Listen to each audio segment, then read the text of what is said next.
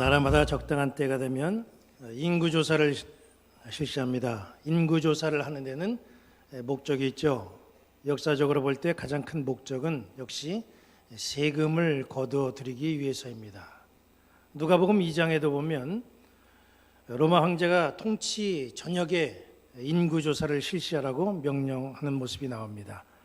통치 전역의 인구수를 파악하고 세금을 거둬들이겠다, 그런 생각 때문이죠. 요셉과 마리아는 이 명령을 따르기 위해서 요셉의 고향 베들레헴으로 갔고 거기서 예수님을 낳게 됩니다.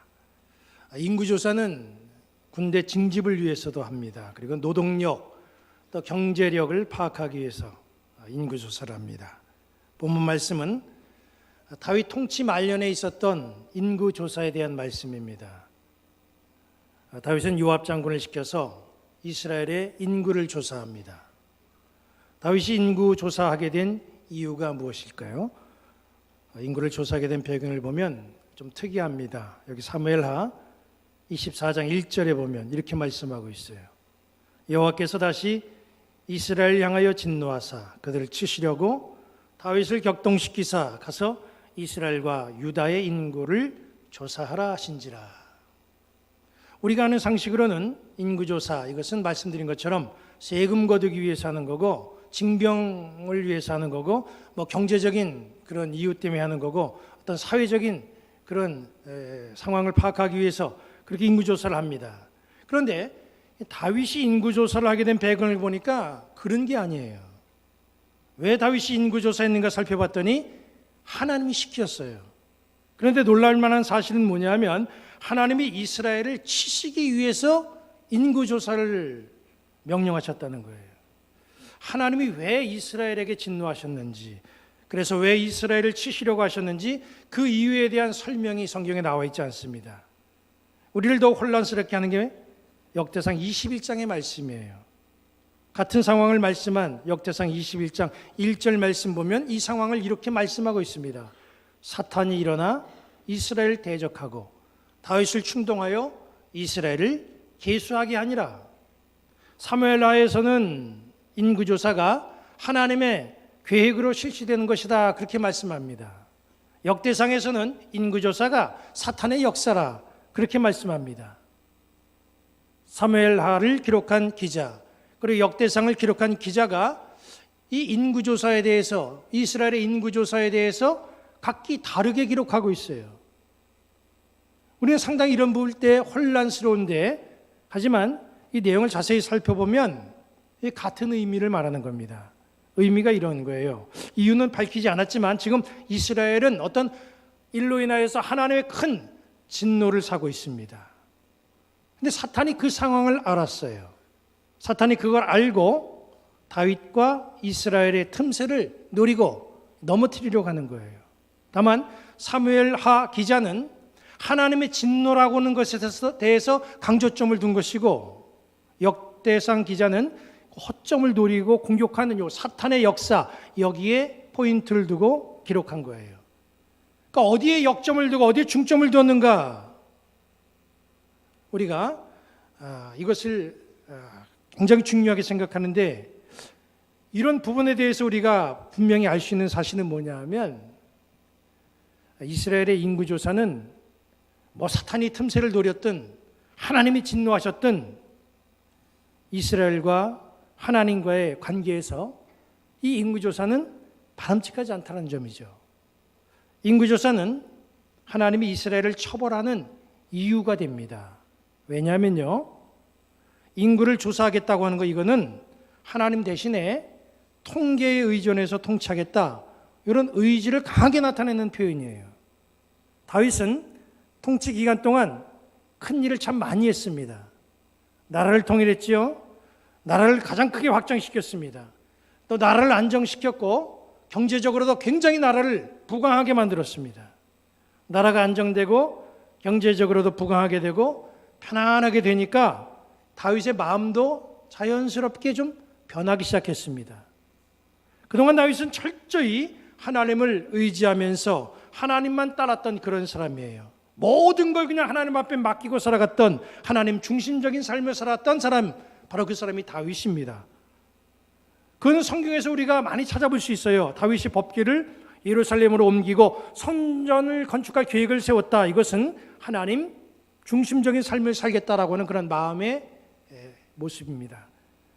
다윗이 문제가 생기면 그는 다른 데 찾아가지 아니하고 즉시 하나님 앞에 엎드려 기도하면서 하나님 앞에 뜻을 묻고 문제들을 그렇게 해결해 나갔어요.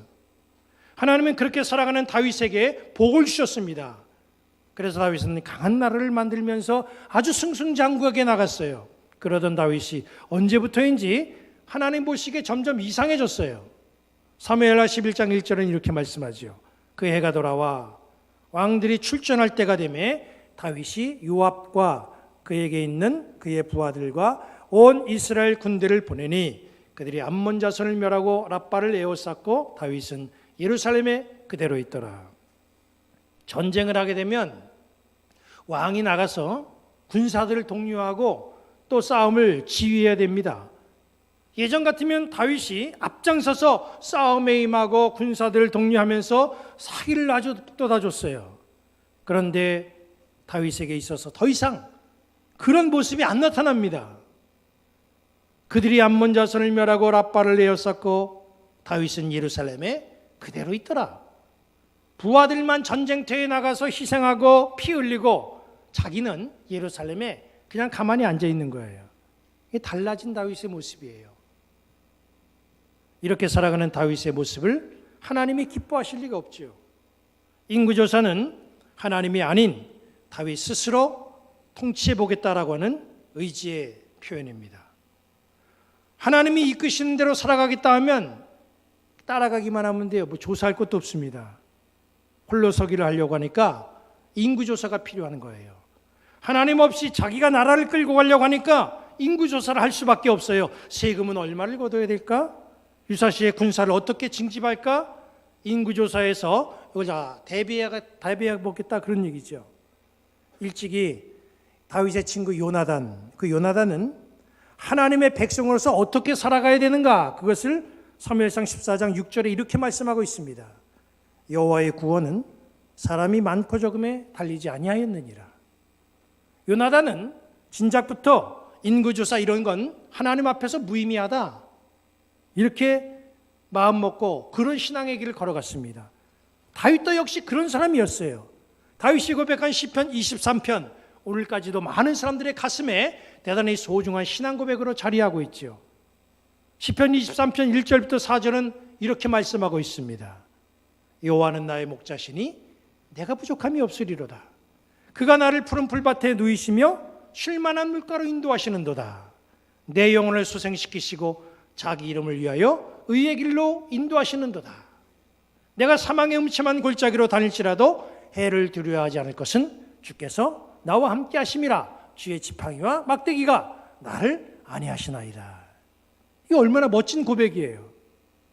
하나님을 목자로 삼고 나는 양이고, 그러니까 양된 나는 그냥 목자가 부르는 대로, 이끄는 대로 그대로 나는 그냥 따라가기만 하면 되겠다.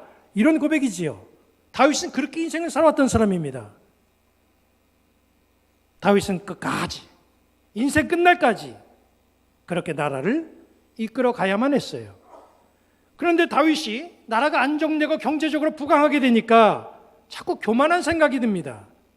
그래서 지금 나라가 전쟁을 하는데 전쟁에 나갈 생각도 안 하고 있어요. 원하는 거 남의 아내라도 취하겠다, 이런 마음을 가졌어요. 하나님이 그걸 아셨어요. 다윗의 마음이 바뀌어 가는 걸 알았어요. 그럼 어디 그렇게 한번 해봐라. 홀로 서기를 시도하는 다윗을 격동하게 하셨습니다. 사탄도 하나님의 계획이 이거구나, 잘됐다. 사탄도 하나님의 계획을 알고 다윗을 충동시킵니다. 망가뜨리려고 충동하는 거죠, 사탄은. 다윗은 마음속에 일어난 격동과 충동을 이기지 못하고 인구조사를 실시하면서 흔들리는 믿음을 보였어요. 목회를 하다 보면요, 격동과 충동의 유혹이 옵니다. 숫자에 상당히 민감해져요. 그 교회는 몇 명이나 모일까? 재정에도 민감해져요. 그 교회 예산이 얼마인가? 숫자와 재정의 그래프에 따라서 교회를 평가하기도 합니다. 그런 심리는 목회자만 아니라 교인들도 마찬가지죠. 목회를 하다 보면 조언한다 이러면서 들려지는 소리들이 있어요. 저 사람은 재산이 참 많습니다. 그래서 저 사람은 중진에 꼭 기용을 해야 됩니다. 저 사람 특별히 신경 써야 돼요. 저 사람이 교회 헌금하는 게 얼마인 줄 아십니까? 저 사람 교회 떠나면 큰일 납니다. 저 집안 식구들이 우리 교회에 얼마나 많은 줄 아세요? 그러니까 그 사람이 좀 문제가 있어도 그냥 하는 대로 좀 놔두세요. 모두가 다 숫자에 민감한 반응들을 보여요. 그런 방법이 과연 하나님을 의지하는 방법입니까? 교회를 하나님이 세우셨다고 우리가 믿는다고 한다면 교회는 하나님의 방법대로 나아가야 됩니다. 교회의 주인은 하나님이에요. 하나님의 방법대로 나아가려면 어떻게 됩니까? 우선 기도해야 됩니다. 기도해야 하나님의 뜻을 알아요. 모든 일은 내 생각과 나의 판단으로 하는 게 아니라 주님의 생각과 주님의 계획대로 해야 됩니다. 그러려면 하나님 앞에 물어봐야 되잖아요. 하나님 앞에 묻고 하나님이 지시한 대로 순종하며 나아갈 줄 아는 그런 성도가 되어야 됩니다. 다윗이 그 마음속에 이제는 인구조사에서 내 마음대로 나라를 치리해야 되지 않겠는가? 이런 생각과 충동이 일어났다고 해도 그래도 이게 아니지. 지금까지 내가 어찌 내 계획과 내 생각대로 살아왔던가. 이렇게 살아왔고 또 이렇게 내가 은혜를 입었던 것은 하나님 때문이지. 하나님이 나를 이렇게 이끄셨지. 나는 하나님을 나의 목자로 믿고 지금까지 내가 살아왔지 않았는가. 이렇게 마음을 정리하고 일탈하려고 했던 생각을 내려놨어야만 했습니다. 마음을 정리했어야만 해요. 그러나 다윗은 어땠습니까? 숫자와 물질에 대한 충동, 이 격동을 극복하지 못했어요. 그래서 결국 다윗은 인구조사를 하게 되지요. 그 다음에 밀려온 것은 뿌듯함이 아니라 큰 후회였습니다. 그래서 사무엘하 24장 10절은 이렇게 말했어요. 다윗이 백성을 조사한 후에 그의 마음에 자책하고 다윗이 여호와께 아뢰되 내가 이 일을 행함으로 큰 죄를 범하였나이다. 여호와여 이제 간과하옵나니 종의 죄를 사하여 주옵소서.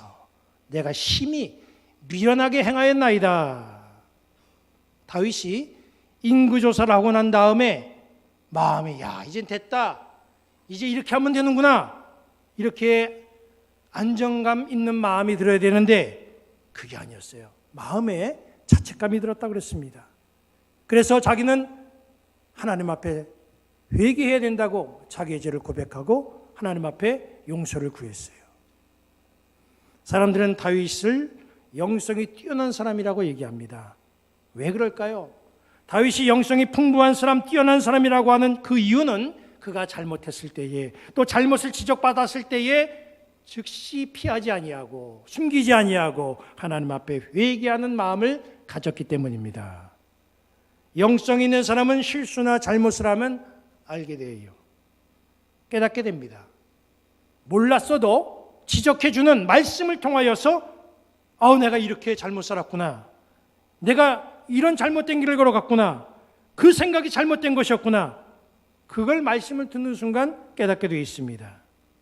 영성 있는 사람은 마치 흰 옷을 입은 사람과 같아요. 흰 옷 입으면 자그마한 잡티가 묻어도 금방 표시가 나잖아요. 그래서 즉시 씻어낼 줄 압니다. 영성이 있다 해도 실수할 수 있고 잘못할 수 있어요. 죄도 지을 수 있습니다. 그러나 영성 있는 사람은 죄를 져도 죄를 볼 수 있기 때문에 죄를 깨닫기 때문에 그는 회개할 수가 있어요. 영성이 없는 사람은 검은 옷을 입은 사람과 같습니다. 검은 옷을 입으면 옷에 뭐가 묻어도 잘 안 보이잖아요. 보이지 않으니까 제거할 리가 없어요. 보인다고 해도 이게 죄다 분명히 알아도 누가 보랴 그렇게 생각하고 덮고 지나갑니다. 가리고 지나가요. 영성이 살아있지 않으면 자기가 하고 있는 잘못이나 죄를 절대 깨닫지 못합니다. 아무리 설명하고 지적해도 깨닫지 못합니다. 성경의 그 대표적인 사람이 누구예요? 가룟 유다잖아요. 마태복음 26장 21절부터 23절은 이렇게 말씀하고 있어요. 그들이 먹을 때에 이르시되 내가 진실로 너희에게 이르노니 너희 중에 한 사람이 나를 팔리라 하시니 그들이 몹시 근심하여 각각 여짜오되 주여 나는 아니지요. 대답하여 이르시되 나와 함께 그릇에 손을 넣는 그가 나를 팔리라. 나와 함께 그릇에 손을 넣는 그 사람이 나를 팔리라. 가룟 유다가 거기다 손을 넣고 있어요. 가룟 유다가 예수님을 배신한다고 하는 것 예수님이 노골적으로 지적해 줬습니다. 그래도 가룟 유다는 눈 하나 깜짝하지 않아요. 예수님을 십자가에 못 박은 유대인들도 마찬가지입니다. 그래서 예수님이 십자가에서 이렇게 말씀하셨잖아요. 아버지 저들을 사하여 주옵소서. 자기들이 하는 것을 알지 못함이니이다. 우리에게 정말 필요한 것은 영성입니다. 우리는 이 땅을 살아가면서 시시로 잘못할 수 있고 범죄할 수 있어요. 그러나 영성이 살아있다고 한다면 지은 죄가 보이기 때문에 회개도 합니다. 돌이킬 수 있습니다. 우리 교회 모든 성도들은 다윗처럼 영성 있는 사람 되어서 행여내가 죄를 범하거나 잘못을 했을 때에 즉시 깨닫고 회개하고 돌아서는 흰옷 입은 영의 사람들 되시기를 주님의 이름으로 간절히 축원합니다. 인구조사를 실시한 다윗은 뒤늦게 잘못을 깨닫고 회개했어요. 하나님은 회개한 다윗의 모습을 보시고 선지자 갓을 다윗에게 보내셔서 말씀을 주십니다. 그 말씀이 무슨 내용인가 봤더니 다윗이 받을 처벌 내용이에요. 다윗의 잘못은 하나님이 용서해 주시지만 죄에 대한 대가는 받아야 된다는 거예요. 그러면서 세 가지의 처벌 내용을 말씀하십니다. 하나는 이스라엘의 7년 흉년이 되는 처벌이에요. 두 번째는 다윗이 원수들에게 3개월 동안 쫓겨다니는 처벌입니다. 세 번째는 이스라엘에 3일 동안 전염병이 도는 거예요. 이 세 가지를 다윗에게 제시하시면서 너 이 중에 하나를 택하라 그렇게 말씀하는 거예요. 우리가 집중해야 될 부분은 하나님은 왜 다윗에게 처벌을 선택하라고 했을까라고는 이 부분이에요. 처벌이라고 하는 것은 일방적이잖아요. 벌 주는 사람이 일방적으로 처벌합니다. 죄 짓고 법정에 서 있는 피고에게 판사가 당신은 죄를 지었으니 5년형을 받겠어요? 10년형 받겠습니까? 무기징역 받겠습니까? 사형 선고 받겠습니까? 벌 주는 사람이 벌 받는 사람에게 선택권을 주는 경우는 거의 없잖아요. 그런데 하나님은 다윗을 처벌하시는데 세 가지의 처벌 내용을 말씀하시고 이 중에 하나를 고르라는 거예요. 왜 그랬을까? 이것이 중요한 문제입니다. 우리가 자녀를 벌 줄 때 그 모습을 한번 여러분 생각해 보세요. 자녀를 벌 줄 때에 무슨 마음으로 벌 줍니까? 자녀들에게 벌을 주는 부모들은 이 녀석은 요 정도 벌을 주면 감당할 수 있겠다 할 정도 거기까지의 벌을 줍니다. 그 이상의 벌을 안 줘요. 도에 넘는 처벌은 자녀를 다치게 할 수 있기 때문에 그 이상의 벌을 부모들은 주지 않습니다. 다윗이 누구예요? 하나님의 자녀이잖아요. 하나님은 자녀인 다윗이 다치는 거 원하지 않습니다. 하나님은 잘못했으면 벌은 주셔요. 그러나 자녀가 치명적인 상처를 입는 거 이거는 하나님이 원하시는 게 아니에요. 왜 그럴까요? 다른 게 아닙니다. 하나님의 사랑받는 자녀이기 때문에 그런 거예요. 다윗을 향한 하나님의 마음이 어떤 마음이에요? 다윗이 감당할 수 있는 정도의 처벌을 원하시는 마음, 이게 하나님의 마음입니다. 설령 다윗이 감당할 수 있는 처벌을 받는다고 할지라도 하나님의 마음은 벌 받는 다윗의 모습을 보면서 결코 편하지 않아요. 다윗이 받는 징벌 뭐였습니까? 세 번째, 이스라엘 전역에 전염병이 창궐하는 그런 벌을 받았어요. 그 상황을 하나님이 지켜보십니다. 그 상황을 지켜보신 완벽하신 하나님이 사무엘하 24장 16절에 이런 모습을 보이셨어요. 여호와께서 이 재앙 내리심을 뉘우치사. 전염병으로 죽어가는 모습을 보신 하나님께서 그런 표현을 썼다는 거예요. 하나님이 뉘우치셨대요. 하나님이 뉘우칠 수도 있나요? 이거 내가 잘못했다 그렇게 생각할 수도 있는 분입니까? 아니잖아요. 이것은 우리 인간의 마음을 빌은 그런 아주 절대적인 사랑의 표현, 그것이 바로 이 하나님이 말씀하신 이 내용입니다. 왜 하나님은 뉘우치셨다 그렇게 얘기했습니까? 다른 거 아니에요. 그 이유는 다 사랑받는 자녀들이기 때문에 그런 거예요. 잘못해서 벌은 주시지만 그 모습 바라보니 얼마나 불쌍한지, 얼마나 측은한지 몰라요. 이게 하나님의 마음이라는 거예요. 이 세상에 다윗만 하나님의 자녀요, 이스라엘만 하나님의 자녀입니까? 여기 앉은 우리 모두는 다 하나님의 자녀들입니다. 자녀는 허물이 있을 수가 있어요. 감정을 이기지 못하고 격동할 수도 있습니다. 유혹에 넘어갈 수도 있어요. 충동적일 수도 있습니다. 그러나 우리 속에 거하시는 성령의 도움으로 우리가 죄를 깨닫고 회개한다고 한다면 하나님은 자녀된 우리를 결코 내치지 않습니다. 비록 착식을 맞는 경우는 있어도 치명적인 수준은 아니에요. 여러분 중에 내가 지금 난 지금 하나님의 채찍을 맞고 있다. 나는 지금 하나님의 징벌을 당하고 있어. 이렇게 생각하는 분이 계신다고 한다면 너무 걱정할 필요는 없습니다. 하나님은 감당할 수 있는 정도까지만 주셔요. 지금 내가 짊어지고 있는 짐은 하나님이 보시기에 능히 감당할 수 있는 정도예요. 하나님은 우리를 징계하셔도 우리가 능히 감당할 수 있는 정도까지만 징계하십니다. 중요한 건 하나님은 우리를 사랑한다고 하는 것, 우리는 하나님의 사랑받는 자녀라고 하는 거예요. 진노 중에라도 우리를 사랑하시는 하나님의 마음에 감사할 줄 아는 성도들 주시기 바랍니다. 우리는 사랑받는 주님의 자녀, 주님의 자녀임을 그래서 우리는 늘 감사하면서 이 한 주간도 자랑스러운 하나님의 자녀로 살아가시면서 시험을 이기고 나아가는 그런 성도 되시기를 주님의 이름으로 간절히 축원합니다. 이제 우리 모두 자리에서 일어나시고 찬양하시고 축도로 예배를 마칩니다.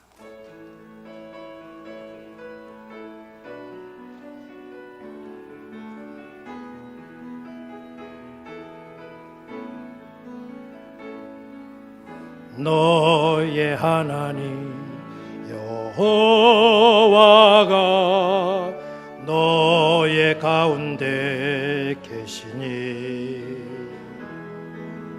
그는 구원을 베푸실 전능자시라.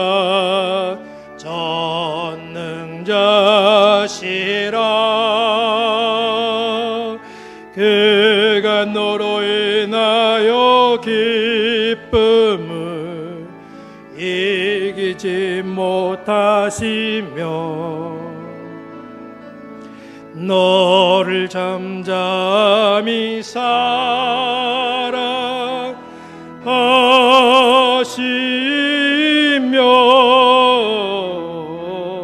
즐거이 부르며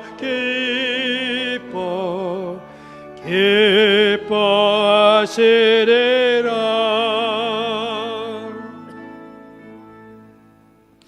하나님이 여러분에게 복을 주시고 여러분을 지키시기 원하며 하나님이 그의 얼굴을 여러분에게 비추사 은혜 베푸시기를 원하며 하나님이 그 얼굴을 여러분에게로 향하시고 평강 주시기를 성부, 성자, 성령의 이름으로 축원합니다.